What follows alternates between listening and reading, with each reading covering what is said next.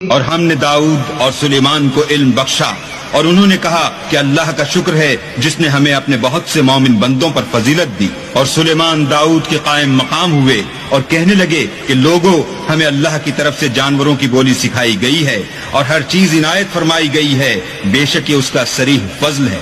اور سلیمان کے لیے جنوں اور انسانوں اور پرندوں کے لشکر جمع کیے گئے اور وہ قسم وار کیے گئے تھے، یہاں تک کہ جب چونٹیوں کے میدان میں پہنچے تو ایک چونٹی نے کہا کہ چونٹیوں اپنے اپنے بلوں میں داخل ہو جاؤ، ایسا نہ ہو کہ سلیمان اور اس کے لشکر تم کو کچل ڈالیں اور ان کو خبر بھی نہ ہو۔ تو وہ اس کی بات سے ہنس پڑے اور کہنے لگے کہ اے پروردگار، مجھے توفیق عنایت کر کہ جو احسان تو نے مجھ پر اور میرے ماں باپ پر کیے ہیں ان کا شکر کروں اور ایسے نیک کام کروں کہ تو ان سے خوش ہو جائے اور مجھے اپنی رحمت سے اپنے نیک بندوں میں داخل فرما۔ اور جب انہوں نے جانوروں کا جائزہ لیا تو کہنے لگے، کیا سبب ہے کہ ہدہد نظر نہیں آتا؟ کیا کہیں غائب ہو گیا ہے؟ میں اسے سخت سزا دوں گا یا ذبح کر ڈالوں گا یا میرے سامنے اپنی بے قصوری کی دلیل صریح پیش کرے۔ ابھی تھوڑی ہی دیر ہوئی تھی کہ ہدہد موجود ہوا اور کہنے لگا کہ مجھے ایک ایسی چیز معلوم ہوئی ہے جس کی آپ کو خبر نہیں، اور میں آپ کے پاس شہر سبا سے ایک یقینی خبر لے کر آیا ہوں۔ ابھی تھوڑی ہی دیر ہوئی تھی کہ ہدہد موجود ہوا اور کہنے لگا کہ مجھے ایک ایسی چیز معلوم ہوئی ہے جس کی آپ کو خبر نہیں، اور میں آپ کے پاس شہر سبا سے ایک یقینی خبر لے کر آیا ہوں۔ میں نے ایک عورت دیکھی کہ ان لوگوں پر بادشاہت کرتی ہے اور ہر چیز اسے میسر ہے اور اس کا ایک بڑا تخت ہے۔ میں نے دیکھا کہ وہ اور اس کی قوم اللہ کو چھوڑ کر آفتاب کو سجدہ کرتے ہیں، اور شیطان نے ان کے اعمال انہیں آراستہ کر دکھائے ہیں اور ان کو رستے سے روک رکھا ہے، پس وہ رستے پر نہیں آتے اور نہیں سمجھتے کہ اللہ کو جو آسمانوں اور زمین میں چھپی ہوئی چیزوں کو ظاہر کر دیتا اور تمہارے پوشیدہ اور ظاہر اعمال کو جانتا ہے، کیوں سجدہ نہ کریں؟ اللہ کے سوا کوئی عبادت کے لائق نہیں، وہی عرش عظیم کا مالک ہے۔ سلیمان نے کہا، اچھا ہم دیکھیں گے تو نے سچ کہا ہے یا تو جھوٹا ہے۔ یہ میرا خط لے جا اور اسے ان کی طرف ڈال دے، پھر ان کے پاس سے پھر آ اور دیکھ کہ وہ کیا جواب دیتے ہیں۔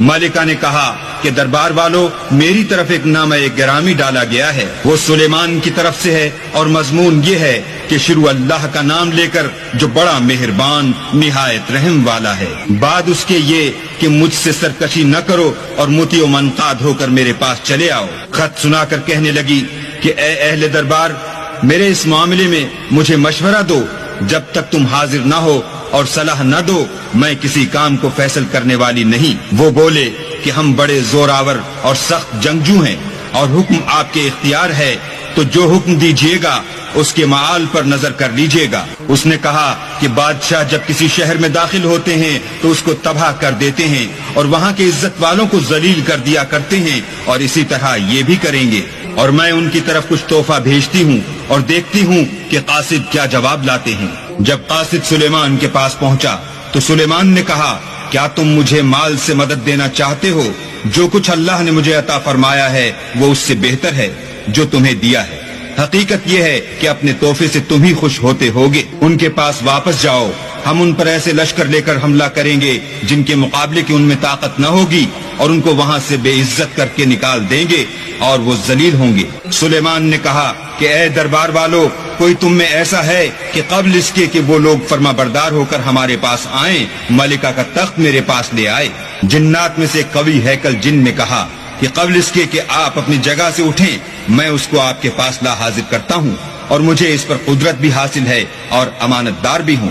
ایک شخص جس کو کتاب الہی کا علم تھا کہنے لگا کہ میں آپ کی آنکھ کے جھپکنے سے پہلے پہلے اسے آپ کے پاس حاضر کیے دیتا ہوں۔